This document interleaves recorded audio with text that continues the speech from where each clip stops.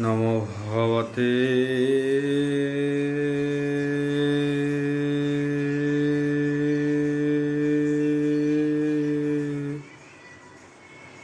বাসুদেবায়।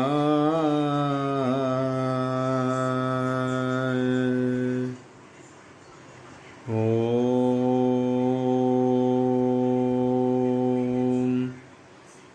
নমো ভগবতে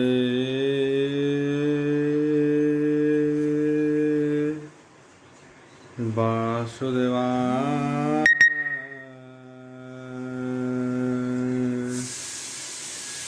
ওম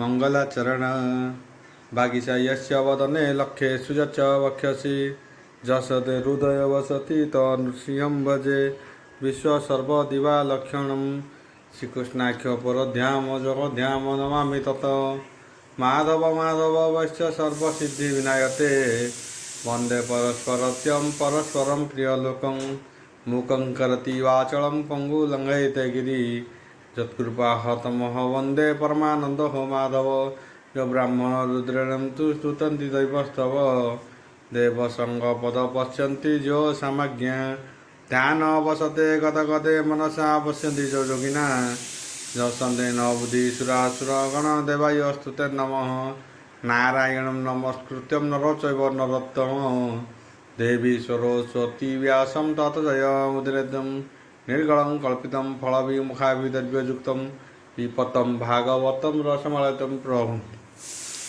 तृतीय अध्याय द्वादश स्कंद तृतीय अध्याय शुक उवाच बोल पुरंदवार हरि बोल शुक कहन्ति हितोष मने शुणः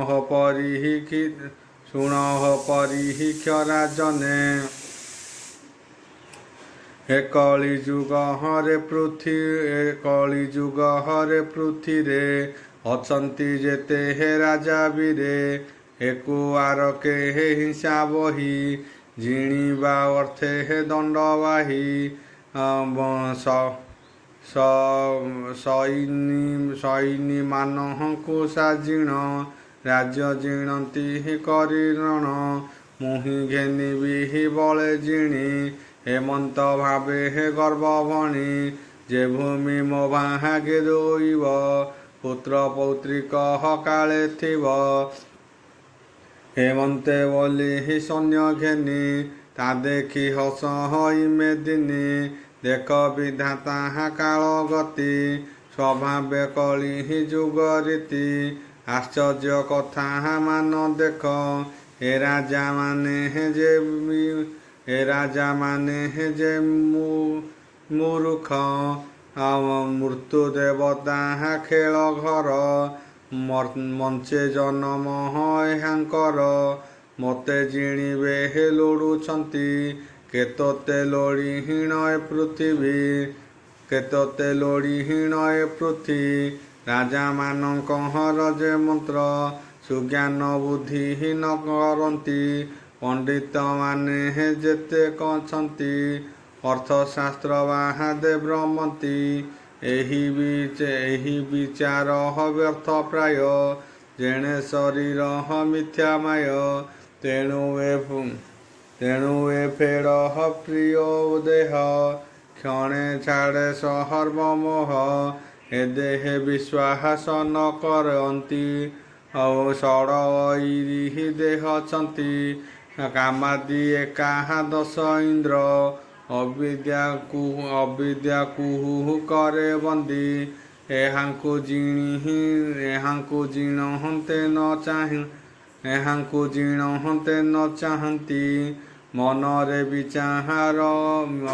विचाहारु अछन्ति प्रथमे जाई शत्रु घरे घेनिबा राज्य गड़ घरे जिणीण से पुहुर जनकु बस करिबा पोरदाकु मंत्री जे अमाहात्य मानकु आवरण गहर लोकंकु अर्थ वचने हे बस ଅର୍ଥ ବଚନେ ବର୍ଷ ତାଙ୍କୁ ଏମନ୍ତେ ଜିଣିବା ରାଜାଙ୍କୁ। ଶତ୍ରୁଙ୍କୁ ମାରି ହୀଣ ସେ ରାଜ୍ୟ ଆମ୍ଭେ ହୋଇବା ତହିଁ ରାଜା। ଉତ୍ତମ ରାଜ୍ୟ ହେହୁ ସୀମା ଭୋଗ କରି ରହୁ ମହିମା। କ୍ରମରେ ପୃଥିବୀ ଜିଣିମା ସମୁଦ୍ର ଅନ୍ତ ହଜାର ସୀମା। ଏ ଆଶା ହୃଦୟରେ ବାନ୍ଧି ହିଂସା ସ୍ୱଭାବେ ହୁଏ ବନ୍ଦୀ। ନିକଟେ ଶିରଃ ପରେ ମୃତ୍ୟୁ ତାହା ନ ଜାଣେ ମର୍ତ୍ତ୍ୟ ହେତୁ। ଲୋଭେ ଯେ ଗ୍ରାସିଛି ମନକୁ ଭୟ ନାହିଁ ପାପ ପୁଣ୍ୟକୁ। ସମୁଦ୍ର ଯାଏ ପୃଥ୍ୱୀ ଜିଣି ଅତି ତାମସ ଲୋଭେ ପୁଣି।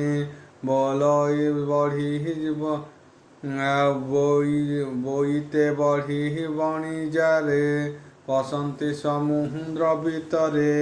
ଏତେ ପ୍ରଭାବେ ମତେ ଜିଣି କେ ଭୋଗ କରେ ସେ ଧରଣୀ। ମତେ ତ ନେଇ ନ ପାରନ୍ତି ବ୍ୟର୍ଥ କର୍ମରେ ସେ ଭ୍ରମନ୍ତି। ଯେବେ ଆପଣା ଆତ୍ମା ଜାଣେ ଭେଦ ବାସୁଦେବ ଚରଣେ। ଦେବ ସେ ମୁକ୍ତି ଫଳ ପାଇ ସକଳ ପାପୁ ମୁକ୍ତି ହୋଇ। ଯେ ରାଜା ମାନେ ପୂର୍ବେ ଜିଣି ମୁଁ ଭକ୍ତ କରିବି ଧରଣୀ। ଭୋଗ କରିବେ ପୁତ୍ର ନାତି ଏମନ୍ତେ ମନେ ଥିଲେ ଚିନ୍ତି। ମନୁବଂଶୟ ରାଜାଗଣ ତାହାଙ୍କ ପୁତ୍ର ପୌତ୍ରବାନ। ସେମାନେ ମତେ ଛାଡ଼ି ଗଲେ ଏ ଲୋକ ପ୍ରତ୍ୟକ୍ଷ ଦେଖିଲେ। ଏବେ କଳି ଯୁଗ ପ୍ରାୟ କଳ୍ପ ଆୟୁଷ ପରିମାଣି। ଅଳପ ବୁଦ୍ଧି ଦୁଷ୍ଟମତି ମତେ ଜିଣି ମାହାଲୋକୁ ଲୋଡୁଛନ୍ତି। ମୋର ନିମନ୍ତେ ପିତା ପୁତ୍ର ଭ୍ରାତା ଆଦି ଜ୍ଞାନ୍ତି ମାନନ୍ତେ। ଇଷ୍ଟମିତ୍ର ବନ୍ଧୁ ସ୍ୱଜନେ ବାଦ ବିଗ୍ରହ ଚିନ୍ତି ମନେ। ତାମସେ ପ୍ରାଣୀ ଦୁଃଖ ନେଇ ଅସାଧୁ ବୁଦ୍ଧି ଥାନ୍ତି ଧ୍ୟାଇ। ହେ ରାଜାମାନେ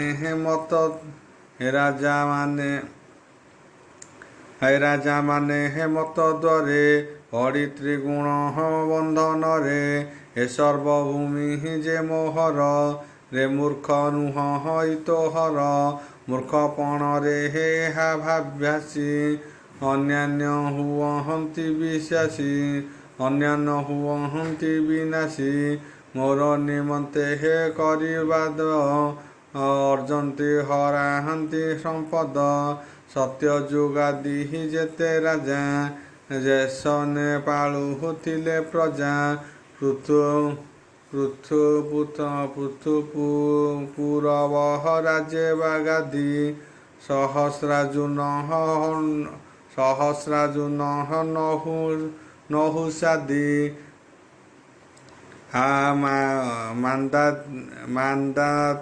ମାନ୍ଦାତ ଶ୍ରୀରାମ ସଗର ଖଟାଙ୍ଗ ରାଜା ମଧୁମର।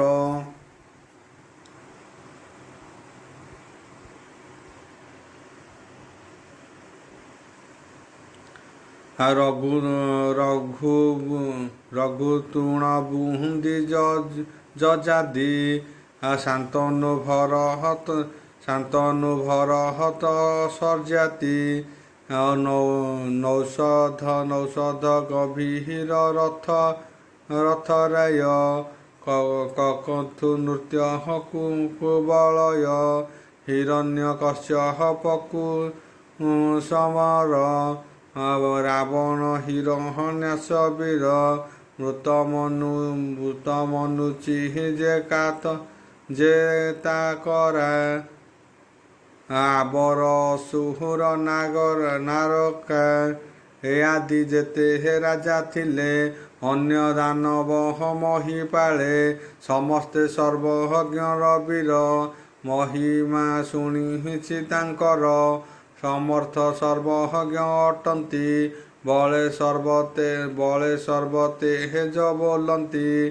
ଏମାନେ ଆଶା ମମତାରେ ମୃତ୍ୟର ବଶ ଯେ ହୋଇଲେ ଏ ମୋତେ ନେଇ ନ ପାରିଲେ କଥା ମାତ୍ର କହ ରୁହାଇଲେ ଯେ ଯାହା ଅର୍ଜିତ କର୍ମରେ ଭୋଗ ଦୁଃଖ ସୁଖ ମାର୍ଗରେ ଗୁଣ ମାର୍ଗେ ହୋଇ ବନ୍ଧନ ଜାଣି ନ ପାରି ରାତ୍ର ଦିନ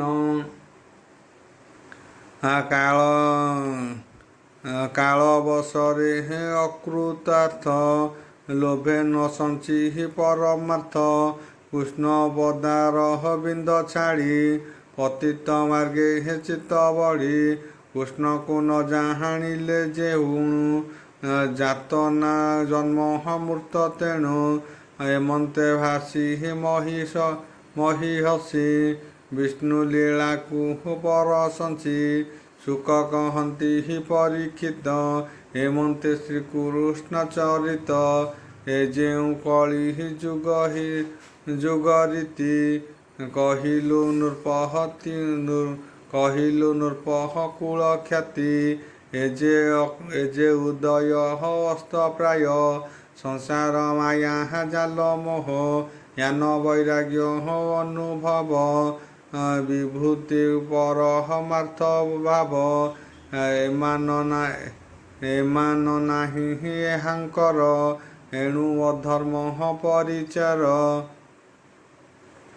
ହେ କଳି ଯୁଗ ଗତି ଜାଣ ପ୍ରସଙ୍ଗେ କହିଲୁ ପୁରାଣ ଉତ୍ତମ ଶ୍ଲୋକ ବାସୁଦେବ ତାହାଙ୍କୁ ଯେ ପ୍ରାଣିବ ଜୀବ ନାମ ଗାୟନ ଗୁଣବାଦ ନାଶ ଈଶ କହଳ ପ୍ରମାଦ ଅଶୁଭ ମାନ ନାଶ କଲେ ନିତ୍ୟ ଯେତା ନାମ ସୁମରେ ଶୁଣି ଶୁଣାଇ ଯେବେ ମିଳେଛ କୃଷ୍ଣ ପଦାର ବିନ୍ଦ ବଜ ନିର୍ମଳ ଭକ୍ତି ବାଞ୍ଛା କରି ଅନ୍ତେ ସେ ଲଭେ ବିଷ୍ଣୁପୁରୀ ପୁଣି ପରୀକ୍ଷିତ ପଚାରି ସୁକ ଚରଣେ ଶିର ଧରି ପରୀକ୍ଷିତ ଉବାଚ ବୋଲ ପ୍ରାନ୍ଦବାର ହରି ବୋଲ।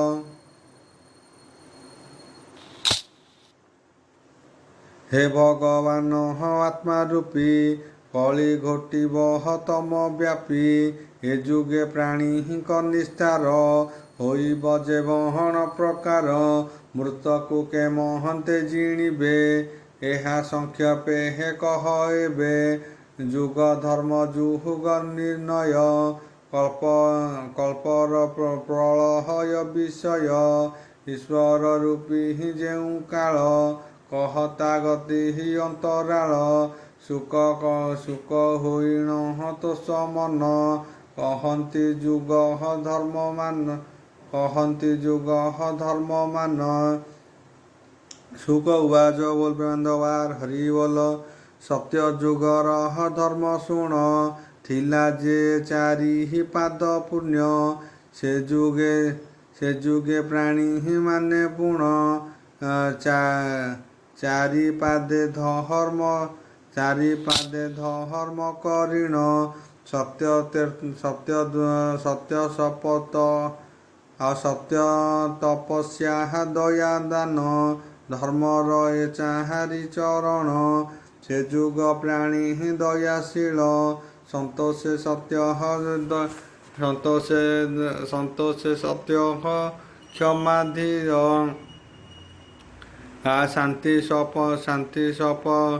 ଶାନ୍ତି ତପସୀ ହେ ଆତ୍ମାରାମ ମନ ଦରସୀ ସାଧୁ ସମ ତ୍ରୟୋଦଶ ଧର୍ମ ତିନି ପାଦ ସତ୍ୟ ପାଦ କହ ହୋଏ ଛେଦ ଅଧର୍ମ ଏହାକୁ ନାଶଇ ଯାହାର ଚାରି ପାଦ କହି ମିଥ୍ୟା ହିଂସା ଯେ ହେ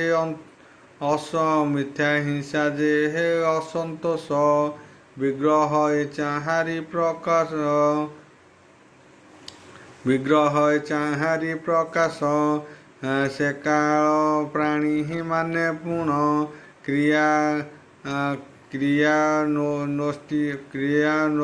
ତାହା ଯୋଗ ଗଣେ ଅହିଂସା ଲମ୍ପଟ ହନ୍ତି ଧର୍ମାର୍ଥ କାମ ସେ ସାଧନ୍ତି ଋକ୍ ଯଦୁ ଯେ ସାମ ତିନି, ଏ ତିନି ଯଜ୍ଞ ହରେ ଅଗ୍ରଣୀ।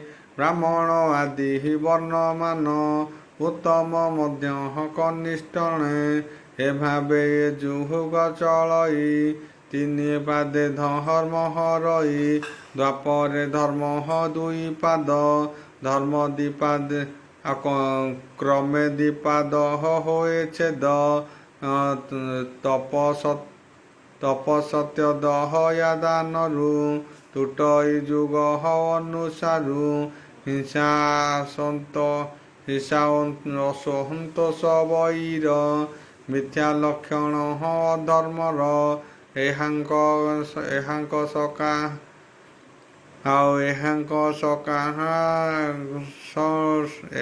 ସକାହା ସରୁପୁଣ, ଧର୍ମ ତୁଟଇ ଏ କ୍ରମେଣ। ଏ ଯୁଗେ ପ୍ରାଣୀ ମାନେ ପୁଣ।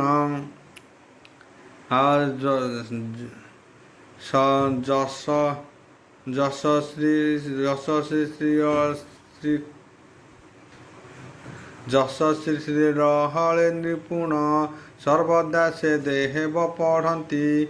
ବିପ୍ରେ ବିଷ୍ଣୁ ସେ ହେବା କରନ୍ତି, ଧନ କୁଟୁମ୍ବେ ହୃଷ୍ଟମତି। ବ୍ରାହ୍ମଣ କ୍ଷତ୍ରିୟ ପଢ଼ନ୍ତି, କଳି ଯୁଗରେ ଧର୍ମପୁଣ। ରହଇ ଏକ ଚରଣ, ଅଧର୍ମର ହେତୁ କରି ପୁଣ। ତିନି ପାଦ ହୁଇ ଛନ୍ନ, ସତ୍ୟ ତପ ଦହୟା ଯେ ଯାଇ। କେବଳ ଦାନ ମାତ୍ର ରହି, ଯୁଗାନ୍ତେ ସେ ନାଶ ଯିବ। ଏକାନ୍ତେ ତମଃ ଆଚ୍ଛାଦିବ, ଏ ଯୁଗେ ଯେତେ ଲୋକମାନେ। ନିର୍ଦ୍ଦୟ ଦୁରାଚାର ମନେ, କରି ଅକାରଣେ ବୈରୀ। ଅଭାଗ୍ୟବନ୍ତ ହତଶିରୀ, ଅତ୍ୟନ୍ତ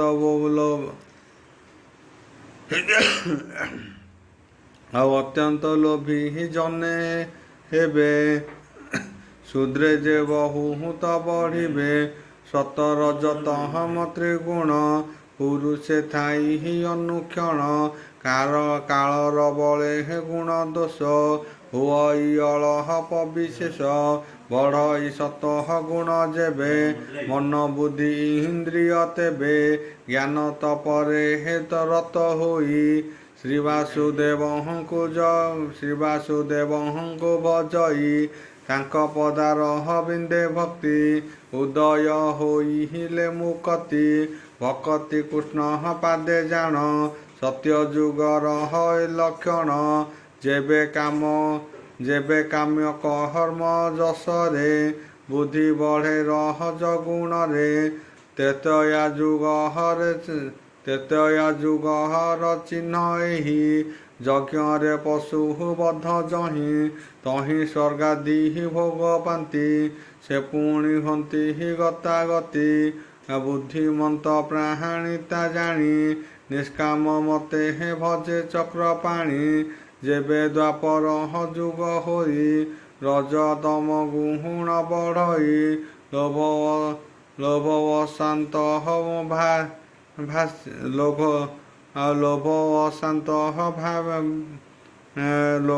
ଅଶାନ୍ତ ଭାସିମାନ। ଦମ୍ଭ ମତ୍ସର କାମ କର୍ମ, ଏମାନେ ଅଧିକ ବଢ଼ନ୍ତି। ଦୟା ଦାନ ଦୁହତେ ରହନ୍ତି, ଅଧର୍ମ ତିନି ଯେ ଚରଣ। ବଢ଼ଇ ଏ ମହନ୍ତ ଭାବେଣ, ହିଂସା ଯେ ମିଥ୍ୟା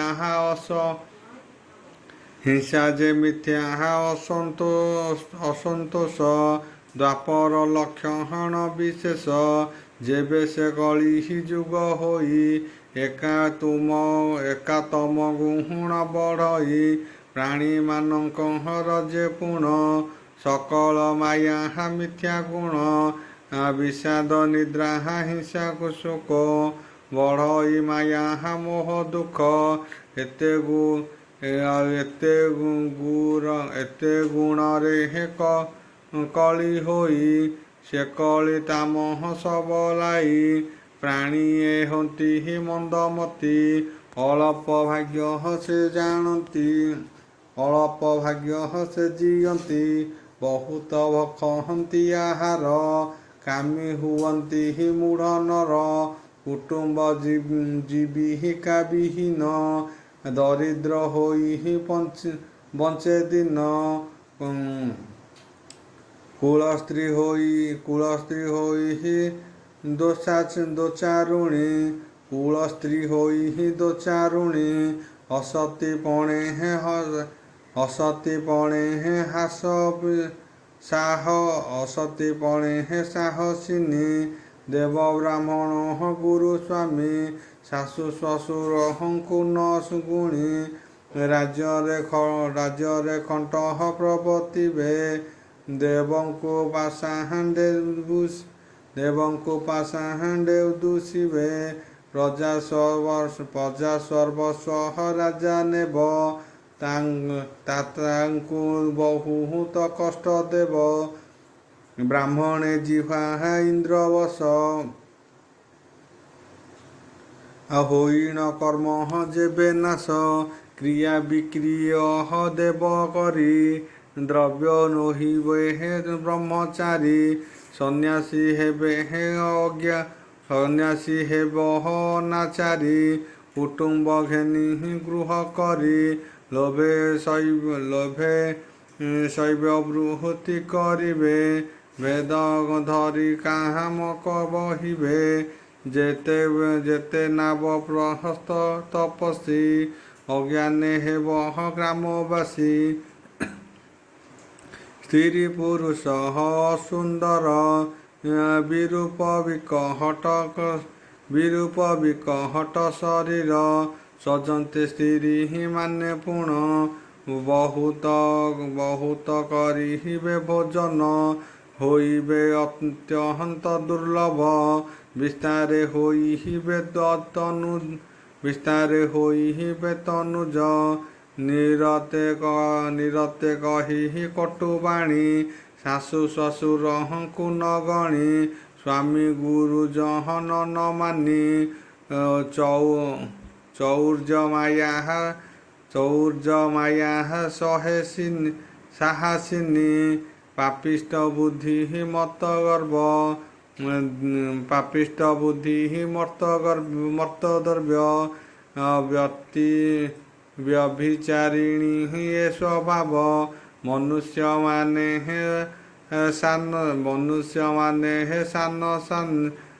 ସାନ ହେଇବା ହୋଇବେ ବାମନ ମନୁଷ୍ୟ ମନ୍ଦହ ଗତି ହୋଇ କ୍ଷୁଦ୍ର ବ୍ୟାଧରେ ପୀଡ଼ା ପାଇ କ୍ରିୟ ବିକ୍ରିୟ ବ୍ୟବହାରେ କୂଟ କପଟ ଜିଣିପାରେ ବ୍ୟାଧ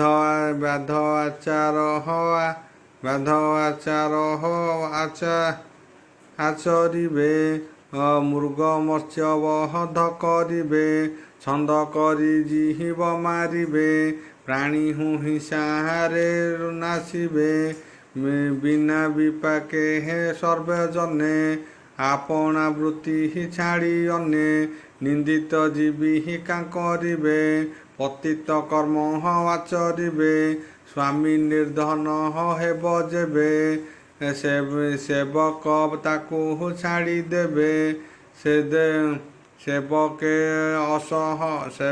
ଅସମର୍ଥ ଦେଖି ସ୍ୱାମୀଏ ତାହାଙ୍କୁ ଉପେକ୍ଷି ଉତ୍ତର ଗାଈ ବୃଦ୍ଧା ହେଲେ ନ ପାଳି ଛାଡ଼ି ଦେବେ ଭଲେ ପିତାମାତା ଭ୍ରାତା ବାନ୍ଧବ ମିତ୍ର ସୁହୃଦ ଗୁଣ ଭାବ ସକଳ ସଙ୍ଗ ତ୍ୟାଗ କରି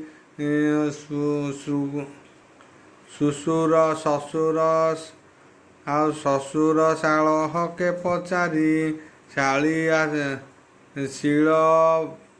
ଶିଳ ଅଚାର ନ କରିବେ ସ୍ତ୍ରୀଙ୍କ ବେଶେ ଦିନ ନେବେ କେ କାହା ପିତା କେହୁ ମାତା ଆପଣା କର୍ମେ ଆତ୍ମଜାତ ଏମନ୍ତେ ବିଚାରିବେ ମନେ ରହିବି ଶ୍ୱଶୁର ସନ୍ନିଧ୍ୟାନେ ତପସ୍ୱୀ ଶୂଦ୍ର ମାନେ ହେବେ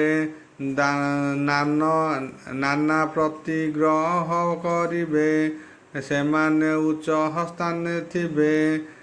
ଶ୍ରଦ୍ଧା ଧର୍ମାଦି ନ୍ୟାୟ ସେ କରିବେ। ସଂସାରେ ଗୁରୁ ବୋଲାଇବେ। ସକଳେ ସେ ବୋହଲି ପାପିବେ। ସକଳେ ସେ ବୋହଲି ପାଳିବେ। ପ୍ରଜାଏ କରହ ପୀଡ଼ା ପାଇ ଦୁର୍ଭିକ୍ଷ ନଷ୍ଟ ହେବ ସେଇ। ମନ ଉଦ୍ୟୋଗେ କରିବେ। ଅନ୍ନ ବସ୍ତ୍ରାଦି ନ ପାଇବେ। ଦେବେ ବରଷା ନ ବରଷି। ଏ ରୂପେ ନଷ୍ଟ ଯିବ ବୃକ୍ଷ। ଅକାଳେ ବରଷିବ ଜଳ। ଏ ଘେନି ନ ଫଳିବ ଫଳ। ପ୍ରାଣୀଏ ସ୍ଥାନ ଭ୍ରଷ୍ଟ ହୋଇ। ଦେଶ ଭାଜିଣ ଶୂନ୍ୟ ହୋଇ। ଅନ୍ନ ପାଣି ବସ୍ତ୍ର ଭୋଜନ ସ୍ନାନ ଭୂଷଣ ଆୟୁମାନ ନ ମିଳି ହୋଇବେ ଦାରୁଣ। ପିଶାଚ ସ୍ୱରୂପେ ଧାରଣ। ବୁଡ଼ିକ ନିମନ୍ତେ ମରିବେ। ଅତି ତମେ ଯେହେ ଗ୍ରସ୍ତ ହେବେ। ଆପଣା ପ୍ରିୟ ଲୋକ ମାରି ଐହିକ ସୁଖ ମଣେ ସିରି। ତାତ ଜନନୀ ବୃଦ୍ଧ କାଳେ ତାଙ୍କୁ ନ ପେଶି ମର୍ତ୍ତ୍ୟ ବଳେ। ଛାଡ଼ି ସାଧବୀ ପତିବ୍ରତା ହୋଇବେ ମତ ଅନ୍ୟବ୍ରତା।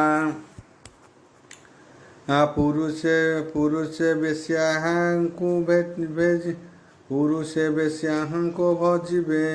ଲମ୍ପଟେ ନାରୀଙ୍କି ଛାଡ଼ିବେ। କୁଳ ସ୍ତ୍ରୀ ମାନେ ଏହି ମେଳେ ନାସିବେ କୁଟୁମ୍ବ ସହିତେ। ଇନ୍ଦ୍ର ଲାଳସେ ପେଟ ପୋଷି ରହିବେ ହୋଇ ଦାସ ଦାସୀ। କଳିର ତମଃ ଆଚ୍ଛାଦନେ ବିଷ୍ଣୁଙ୍କୁ ନ ଭଜିବେ ଜନେ। ଶ୍ରୀକୃଷ୍ଣ ପାଦ ପଦ୍ମ ରସ କେହି ଯେ ନ କରିବେ ଆସ। ପାଷାଣ୍ଡ ଚିତ୍ତେ ବୁଦ୍ଧି ଭେଦ ନ ଭଜେ ଚରଣାର ବିନ୍ଦ। ଯେ ନାମ ପତିହିତ ପାବନ ମହାବିପତ୍ତି ବିନାଶିନ। ମରଣ କାଳେ ଯେଉଁ ନାମ ଧଇଲେ ନ ଦଣ୍ଡିବ ଯମ। ଅତି ଆତୁରେ ବିବସରେ ତପନ ସ୍ଖଳନ କାଳରେ। ଯେ ନାମ ଗ୍ରହଣ ମାତ୍ରକେ କର୍ମବନ୍ଧନୁ ମୁକ୍ତି ହୋଇଣ। ବୈକୁଣ୍ଠ ପଦ କୁଲ ଭଇ ଯେ ସୁଖ ନୀତି ଲୋକ ନାହିଁ।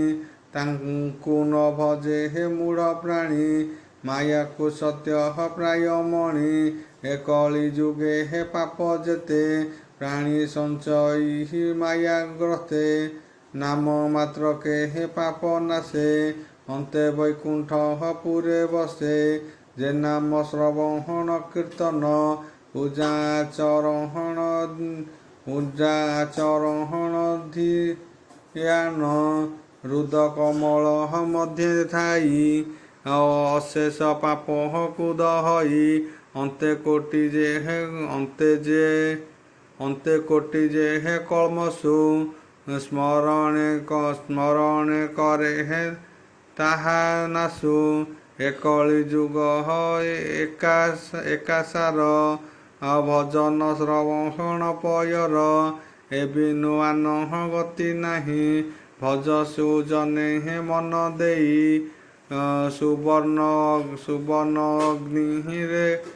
ସୁବର୍ଣ୍ଣ ଅଗ୍ନିରେ ଦହିଲେ ତାହାର ମନ ହେଳେ ଭଲେ। ଏ ରୂପେ ପଶି କୃଷ୍ଣ ଦେହେ ପାପ ଯେ ନାଶହନ୍ତି ପ୍ରାଣିଏ। ବିଦ୍ୟା ତପସ୍ୟା ପ୍ରାଣାୟାମ ମିତ୍ରତା ତୀର୍ଥ ଜଳେ ସ୍ନାନ।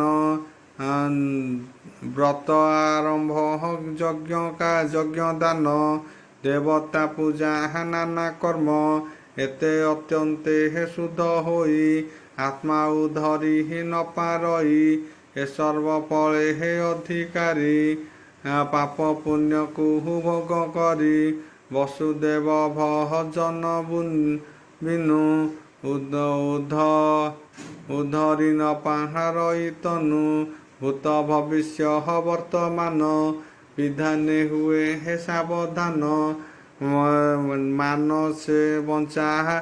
ମାନସେ ବଞ୍ଚା ଯେ କରିଣ ନିରନ୍ତରେ କହରେ ଭଜନ କାଳେ ମରଣ ନିକଟରେ ବୃକ୍ଷର କାମ ଯେ ଉଚାରେ ତେବେ ସେ ପରାହା ଗତି ପାଇ ନିଦାନ ନାମ ଉଚାରଇ ଏବେ ତୁ ଶୁଣ ହେ ରାଜନ ହୃଦରେ ଗୋବିନ୍ଦ ଚରଣ ଧରି ମରଣ ନିକଟରେ ସେ ନାମ ମୁଖ ହରେ ଉଚାରେ ଏଣେ ତୁ ସାବଧାନ ହୁଅ ଅନ୍ତେ ପରମ ଗତି ପାଅ ତୁମେ ଯେ ରାଜ ଋଷି ଯେଣୁ ତାଙ୍କ ଚରଣ ଭଜ ତେଣୁ ଅନେକ ଜନ୍ମ ଭାଗ୍ୟ ଥାଇ ଲୟ ଲଗାଅ ତାଙ୍କ ତହିଁ ଶ୍ରୀକୃଷ୍ଣ ଚରଣାର ବିନ୍ଦେ ମନକୁ ନିବେଶି ଆନନ୍ଦେ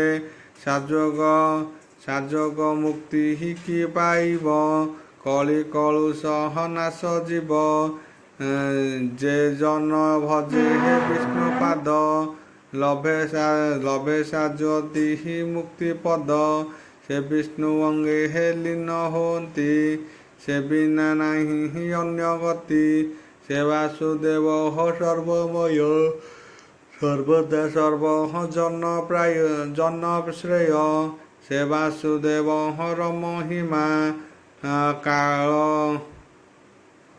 କାଳଙ୍କ ଗୁଣ ପୁଣ୍ୟ ସୀମା ଶୁଣ ପରୀକ୍ଷ ନୃପବର ଏକଳି ଦୋଷର ସାଗର ଏକଳି ଯୁଗର ମହିମା ଅଛଇ ଏକା ଗୁଣ ସୀମା ସେ ବାସୁଦେବ ନାମ ଶୁଣି ବୈକୁଣ୍ଠ ଲଭେ ହେଳେ ପ୍ରାଣୀ ସତ୍ୟ ଯୁଗର ଧ୍ୟାନ ଫଳ ତ୍ରେତୟାରେ ଯଜ୍ଞାଦି ସକଳ ଦ୍ୱାପରେ ପୂଜାର ବିଧାନ କଳିରେ ନାମ ସଂକୀର୍ତ୍ତନ ହେମନ୍ତ ମହିମା ଯାହାର ସୁଜନେ ଭଜ ସେ ପୟର ମୁହିଁ ଯେ ପାପିଷ୍ଟ ଅଧମ ମୋହର ଦୋଷ ନଘେନିବ କହଇ ଜଗନ୍ନାଥ ଦାସ ତ୍ରାହି କରିବ ପିତବାସ ଇତି ଶ୍ରୀମଦ୍ଭାଗବତେ ମହାପୁରାଣେ ପରମହଂସ୍ୟା ସଂହିତା ଦ୍ୱାଦଶ ସ୍କନ୍ଧେ ତୃତୀୟ ଅଧ୍ୟାୟ।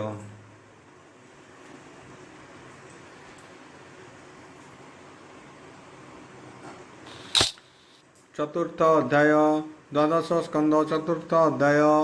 ଶୁକ ଉବାଚ ବୋଲ ପ୍ରାନ୍ଦବାର ହରି ବୋଲ ଶୁକ କହନ୍ତି ପରୀକ୍ଷିତ ଶୁଣଃ କାଳର ଚରିତ କାଳର ନିର୍ଣ୍ଣୟ ଯେ ଗତି ତା ସୂକ୍ଷ୍ମ କେହି ନ ଜାଣନ୍ତି ଆଉ ପରମାଣୁ ଠାରୁ ମହୁହିଁ କାଳ ଗଣନା କହିଛଇଁ ଦୁଇ ପରାର୍ଧ ପରିଚନ୍ତେ ବ୍ରହ୍ମାର ପରମାୟୁ ଯେତେ ଯୁଗ ନିର୍ଣ୍ଣୟ ଆଦି ମୁହିଁ ତୃତୀୟ ସ୍କନ୍ଧେ କହିଛଇଁ ଏବେ କଳ୍ପ ପ୍ରଳୟ ଚାରି ତୁମ୍ଭର କହିବା ବିସ୍ତାରୀ ନମତି ଯେ ପ୍ରାକୃତିକ ନିତ୍ୟ ଆବରହ ଆଦ୍ୟ ନିତ୍ୟ ଓಂ ଭୁର୍ଭୁବସ୍ସଃ ତସ୍ୟ ବିଦୁର୍ବରେଣ୍ୟଂ ଭର୍ଗୋ ଦେବସ୍ୟ ଧୀମହି ଧିୟୋ ୟୋ ନଃ ପ୍ରଚୋଦୟାତ୍ ଶାନ୍ତି ଶାନ୍ତି ପୃଥିବୀ ଶାନ୍ତି।